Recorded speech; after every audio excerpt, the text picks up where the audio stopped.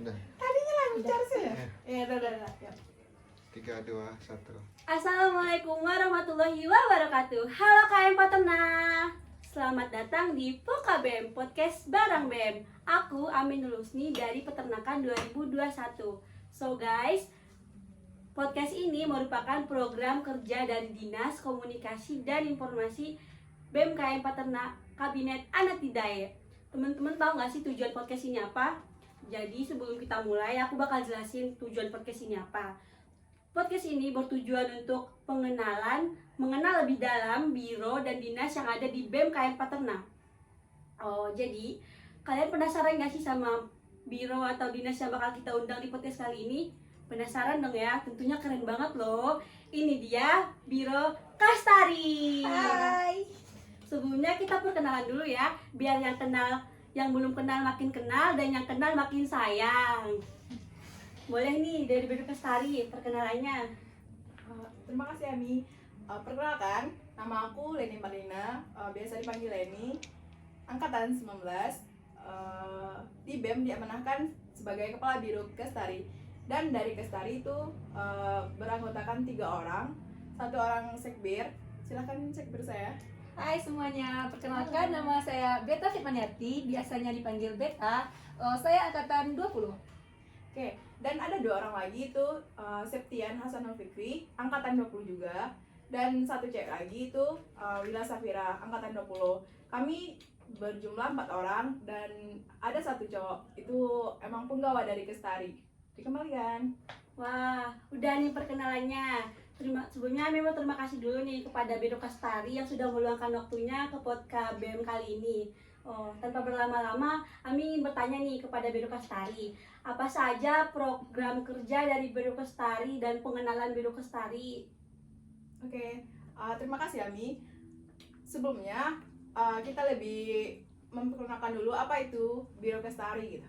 Biro Kastari itu merupakan biro kesekretariatan yang berada di bawah naungan sekretaris daerah. Biro Kastari ini mengatur administrasi dari BEM sendiri gitu. Sedangkan kalau sekretaris daerah itu mendampingi gubernur. Untuk program kerja dari Biro Kastari itu berjumlah 9.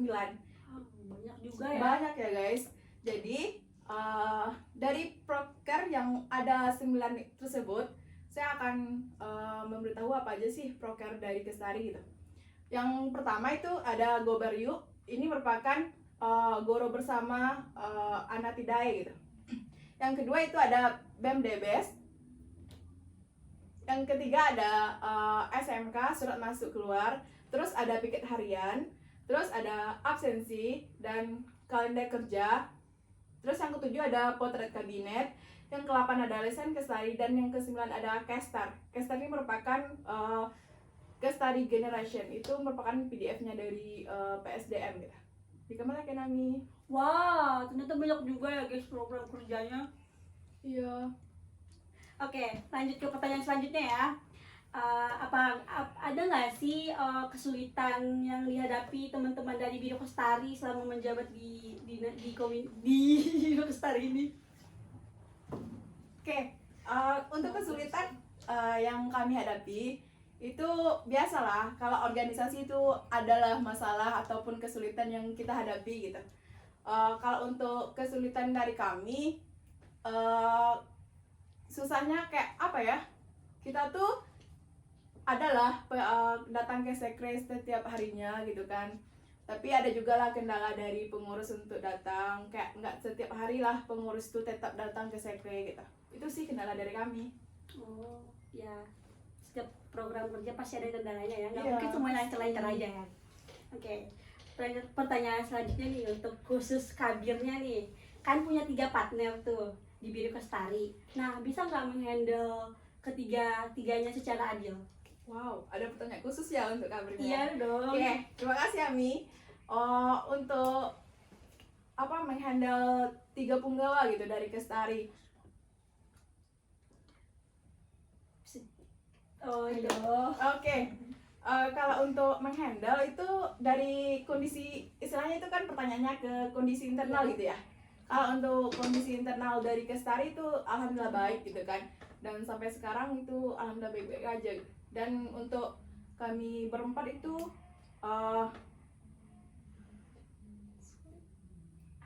adem-adem aja iya gitu ya. adem gitu. Soalnya ya gimana lah ya guys, biasalah organisasi namanya gitu. Oke, adem-adem aja guys. Selanjutnya tuh pertanyaan seperti yang sudah dijelaskan kan, apa dari semua anggota Biro Kestari itu kebagian prokernya?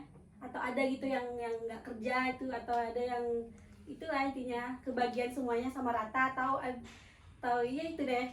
Oke, untuk terkait pembagian program kerja itu dari kami udah menyusun dari awal gitu kan, PJ-nya untuk semua proker yang ada gitu. Namun walaupun ada nama setiap proker PJ-nya gitu, tapi kami selalu kerja bareng gitu. Istilahnya itu emang apa sih proker yang mau diangkatkan, makanya kami akan bergerak bareng gitu. Itu sih Ami.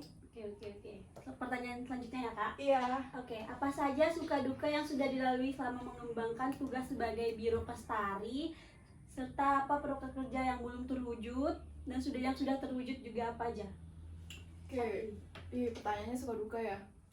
Kalau untuk suka duka, biasa kalau yang namanya organisasi pasti ada kayak capeknya, jenuhnya gitu kan. Itu sih suka duka dari kami gitu kan. Terus kalau untuk proker yang sudah terwujudkan, alhamdulillah itu kami ada 9 proker ya. Itu ada terdiri beberapa kali gitu Mi. Kayak Gobar itu kami akan mengangkatkan 4 kali gitu. Terus itu Gobar udah terlaksana 2 kali. BEM Debes itu sudah terlaksana juga. Untuk terkait surat masuk keluar, piket harian, absensi, kalender kerja itu merupakan program kerja kelanjutan gitu. Jadi emang setiap hari, bahkan kalau untuk kalender kerja itu setiap bulannya gitu. Terus kalau terkait potret kabinet itu belum terlaksana karena belum jadwalnya. Untuk lesan Kestari itu udah terlaksana juga 1 kali nih. Untuk Kestari itu menunggu PDF dari PSD. Oke Ami. Banyak ya program kerjanya itu terlaksana. Oke, masuk ke pertanyaan selanjutnya. Ada nggak kriteria khusus dari anggota BEM yang ingin menjadi anggota Biro Kestari ke depannya? Mungkin untuk tahun depan gitu. Oh, oke. Untuk misalnya generasi dari kami ya ini. Oke, kalau aku lihat ya untuk pengurus sekarang itu ada sih yang bibit-bibit untuk Kestari selanjutnya gitu. Tapi namanya nggak usah disebutkan lah. Ya, Itu emang rahasia dari Rahasia kami. negara. Ya, itu sih Mi. Oke, ini nih pertanyaan Ami juga pengen bertanya nih. Kan Ami baru berkecimpung nih di organisasi. Cara menghandle kuliah dan organisasi biar balance Kak. Kan nanti kan organisasi nanti dia sibuk organisasi tapi nilainya anjlok nanti. Tapi nanti kalau dia ikut organisasi kuliahnya nggak beres tuh. Cara handle-nya gimana tuh Kak? Ini pertanyaan khusus kakak atau boleh kami berdua jawab? Aku kakak dulu. Tapi kalau Kak Beta mau jawab boleh. Oke, aku dulu ya jawab. Kalau dari aku pribadi gitu kan, menginjakkan kaki di organisasi itu emang dari bangku kuliah gitu, dari maba sampai sekarang alhamdulillah masih di organisasi juga gitu kan. Waktu SMA pun aku nggak pernah mengikuti apa itu organisasi gitu, hanya ekstrakurikuler gitu. Kalau untuk menghandle itu kembali ke manajemen waktu kita gitu kan. Kita di maba kita itu udah mengikuti pelatihan itu LKMTD. Di situ kita diajarkan bagaimana manajemen waktu kita itu supaya bagus gitu. Alhamdulillah itu kalau terkait organisasi sama perkuliahan berjalan dengan lancar. Kecuali kayak ada masalah perkuliahan, jangan kita bawakan ke organisasi gitu. Kalau ketika ada ketika ada masalah di organisasi, jangan bawa ke bangku perkuliahan gitu. Soalnya itu bakalan membuat pikiran kita menjadi kacau. Makanya ketika kita kuliah itu kita jadi nggak fokus, makanya jadi nilainya anjlok gitu. Bahkan ketika ujian pun kan organisasi tetap jalan gitu kan. Iya. Tapi kalau ketika ujian, bolehlah fokusan kita ke ujian, makanya tetap bisa aman gitu. Oke. Tuh Kak Beta sendiri ada jawaban tersendiri nggak Kak? Pastinya ada dong, gitu kan. Ya kalau dari Beta sendiri nih, ya benar kata Kabir Beta tadi, manajemen waktu perlu kan gitu. Nah, bisa tuh setiap kan hari ini ada 7 nak, Senin, Iya. Selasa sampai Minggu. Iya. Nah dari hari itu bisa kita kasih jatah kayak hari yang ditentukan gitu. Jadi khusus organisasi bisa waktunya hari ini dan hari itu. Jadi intinya manajemen waktu itu perlu. Itu sih dari beta. Gimana Kemudian guys, manajemen waktu itu sangat perlu. Oke, pertanyaan selanjutnya ya. Khusus untuk Kak Beta nih, ada nggak kesulitan selama menjadi sekretaris Biro Kestari? kayaknya ada sih ya. Apalagi baru-baru kan jadi sekretaris gitu. Tapi apa gunanya kita organisasi kan? Nah, jadi Bareng-bareng ya. bareng-bareng kan. Jadi kalau ada dalam kesulitan, Kabir membantu, teman-teman yang lain juga membantu gitu. Cuma sih itu sih kesulitan dalam menjadi sekretaris kementerian. Selanjutnya kesan pesan dan sebagai menjadi Biro Kestari, ada nggak kesan pesan yang begitu mendalam gitu? Aku dulu nih ya jawab. Kalau dari Leni, kesan pesan untuk menjadi di Biro Kestari gitu ya. Ini merupakan saya pribadi menginjakkan kaki di Kestari gitu. Soalnya emang kalau sebelumnya itu nggak pernah di Kestari gitu. Tapi di sini saya belajar gitu, harus menerima kita di mana kita ditaruh gitu kan. Terus kalau untuk kesan pesan ya. Kalau untuk yang berada di Kestari untuk kedepannya, bahkan untuk selanjutnya gitu, generasi selanjutnya, buatlah jangan memilih rumah baru gitu, tapi pilihlah rumah yang bisa kita nyaman gitu kan.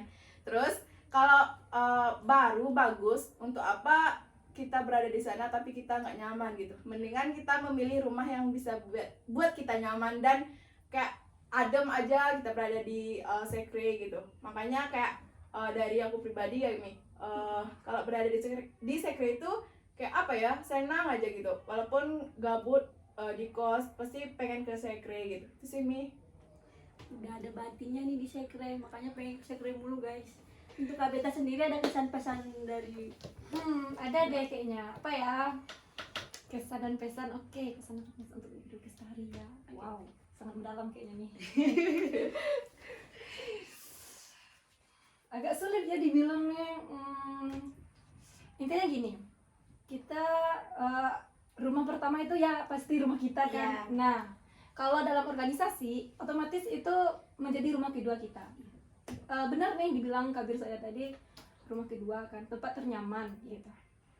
Jadi untuk generasi selanjutnya, untuk Biro Kestari ini, bernyamanlah di sekre kita sendiri, tempat meluangkan waktu gitu kan. Nah, jadi apapun itu, Biro Kestari, tempat Kestari di sini, sekretaris kita di sini. itu aja. Itu aja. Oke, baik teman-teman yang dari BM tuh yang bosan-bosan di kos tuh boleh sering-sering ke sekre nih. Iya, benar itu banget nih. radionya. Oke, segitu saja itu untuk podcast kali ini. Bersama Biro Kestari sangat asik ya guys. Pastinya dong.